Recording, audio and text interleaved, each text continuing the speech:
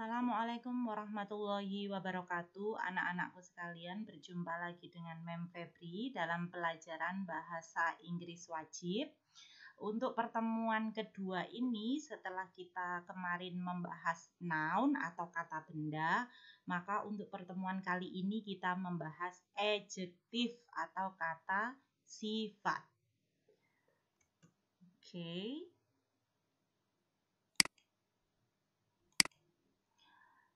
Masih ingat bahwa rangkaian pembelajaran kita kali ini itu masih dalam rangkaian jenis kata, yang mana ada 4 jenis kata. Kemarin yang kita pelajari adalah noun, kata benda. Yang hari ini kita pelajari adalah adjective atau kata sifat. Dan yang di pertemuan ketiga dan 4 kita pelajari adalah adverb atau kata keterangan dan verb kata kerja. Untuk yang pertemuan kedua, adjective, kata sifat. Nah, apa itu kata sifat? Ciri-cirinya bisa diberi awalan atau prefix very atau sangat gitu ya. Jadi kalian dalam mendeteksi kata sifat itu silakan deteksi dengan menambahkan imbuhan atau awalan sangat atau very. Misal, very good.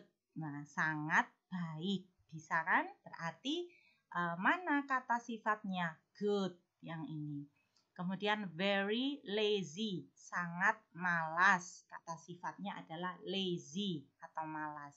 Very handsome, sangat tampan atau sangat cakep. Maka kata sifatnya adalah handsome.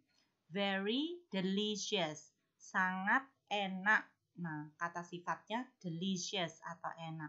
Very interesting, sangat penting. Maka kata sifatnya adalah interesting atau penting. Mem, apakah selalu kata sifat atau adjektif itu ditambah very? Ya, tidak harus. Ini kan hanya cirinya saja.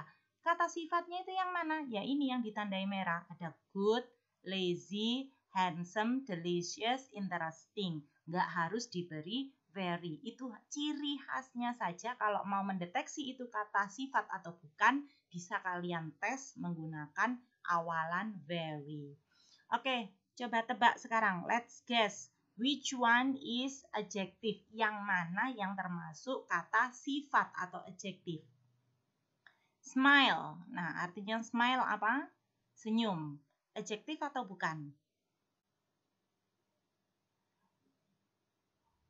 Ya, yang jawab adjektif kalian terkecoh. Smile itu kan senyum. Bisa nggak ditambahi kata sangat? Sangat senyum. Tidak bisa. Nah, smile di sini tergolong kata kerja, bukan kata sifat. Happy, gimana? Coba kasih imbuhan very atau sangat. Very happy. Bisa nggak? Ya jelas bisa. Artinya sangat bahagia. Maka happy di sini jelas adalah kata sifat atau adjective. Very close. Adjective atau bukan? Nah, ada yang jawab iya mem itu adjective. Ada yang jawab bukan mem itu bukan adjective. Dua-duanya betul. Kok bisa mem? Tergantung dari artinya. Kalau close di sini berarti dekat, maka dia betul adalah adjective. Coba diberi imbuhan very close. Nah, bisa kan sangat dekat. Maka close berarti dekat itu termasuk adjective. Gimana mem kalau close itu artinya tutup? Very close tapi diartikannya tutup, sangat tutup. Bisa nggak? Tidak bisa. Nah, close kalau berarti tutup, dia tergolong kata kerja atau verb. Kemudian, hungry. Hungry, lapar. Coba kasih imbuhan very hungry. Bisa nggak? Sangat lapar. Jelas bisa. Makanya hungry di sini termasuk adjective atau kata sifat. Nah, gimana dengan eat? Eat artinya makan. Coba kasih very eat, sangat makan. Bisa nggak? Ya nggak bisa. Masa sangat makan? Nah, eat di sini kata kerja. Yang benar apa? Very hungry, sangat lapar. Nah, Berarti dari sini kalian sudah bisa mendeteksi mana yang kata sifat, mana yang bukan. Functionnya atau fungsinya kata sifat itu untuk apa? Nah, to describe, untuk menggambarkan atau mendeskripsikan. Yang pertama adalah person atau orang. Nah, contohnya beautiful lady. Lady kan personnya, kata bendanya, yang berarti orang kan, lady, wanita. Nah, itu ditambahi dengan kata sifat untuk mendeskripsikan apa? Untuk menggambarkan orang, person di sini. Nah, beautiful lady.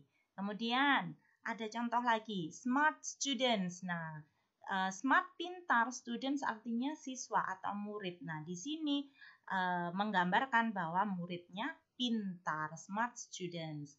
Kemudian menggambarkan place atau tempat. Contohnya adalah strange island atau pulau yang aneh. Huge country atau negara yang luas. Kemudian yang ketiga adalah mendeskripsikan thing atau benda. Contohnya sharp pencil atau pensil yang tajam. Nah, di sini sharp sebagai adjektifnya. Nah, pensil sebagai thing atau noun-nya, bendanya. Kemudian tidak hanya benda mati tapi juga benda hidup seperti cute dog. Nah, di sini cute diartikan sebagai adjektifnya atau kata sifatnya, dog sebagai thing-nya atau kata bendanya. Nah, kemudian function-nya yang keempat adalah adjektif itu bisa mendeskripsikan idea atau ide. Contohnya adalah interesting opinion. Nah, ini adalah pendapat yang menarik. Interesting di sini adalah adjektifnya yang menggambarkan opinion. Opinion adalah noun-nya yang berupa idea. Kemudian yang kedua, good suggestion. Good di sini adalah adjektifnya yang menggambarkan suggestion. Noun-nya berupa idea. Apa itu suggestion? Saran. Berarti good suggestion, saran yang bagus. Nah, sekarang kita berada di sesi terakhir, yaitu penugasan kedua tentang adjektif. Kalian cukup menulis di lembar jawaban kerja yang dari madrasah itu atau dari sekolah. Kalian bikin kolom seperti ini, jangan lupa diberi judul penugasan 2 adjektif untuk bahasa Inggris. Kemudian kalian buat kolom persis seperti ini. Yang pertama adalah berisi adjektif, terserah adjektif apa saja.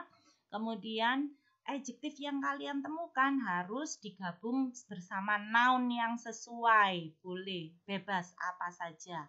Kemudian meaning atau artinya dalam bahasa Indonesia.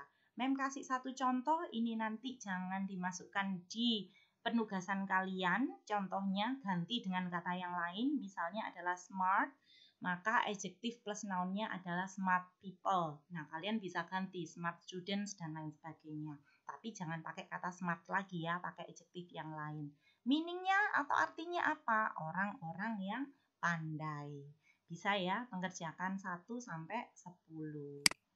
Oke, see you soon guys. Kita bertemu lagi di pertemuan ketiga. Wassalamualaikum warahmatullahi wabarakatuh.